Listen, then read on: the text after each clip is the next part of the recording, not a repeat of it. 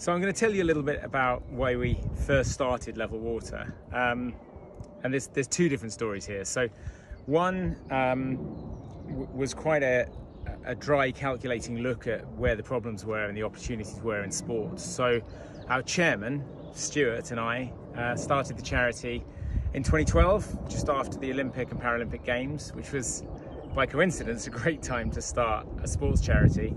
And we started because we'd both grown up playing a lot of sport and felt that it had had a big influence on who we had become as adults. The things we'd learnt in sport are things that we both still apply in everyday life now. And we wanted more children to have those opportunities and experiences.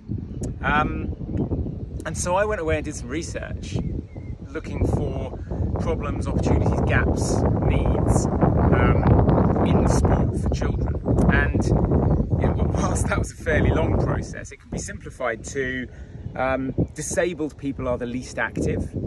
If we work with children, we can have a lifetime impact.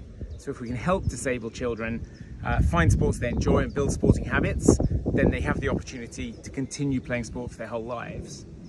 The sport that disabled children most want to do is swimming, and the barrier to swimming is a short-term one.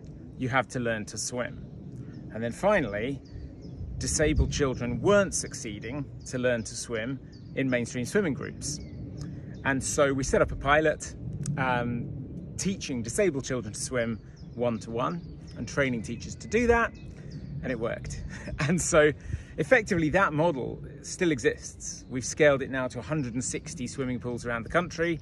We work with 500 teachers. We teach about 50,000 of those one-to-ones each year, but that original logic is true.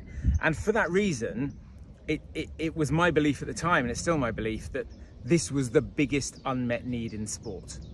So we looked at that question of like, what does sport need? And my best answer to that is Level Water.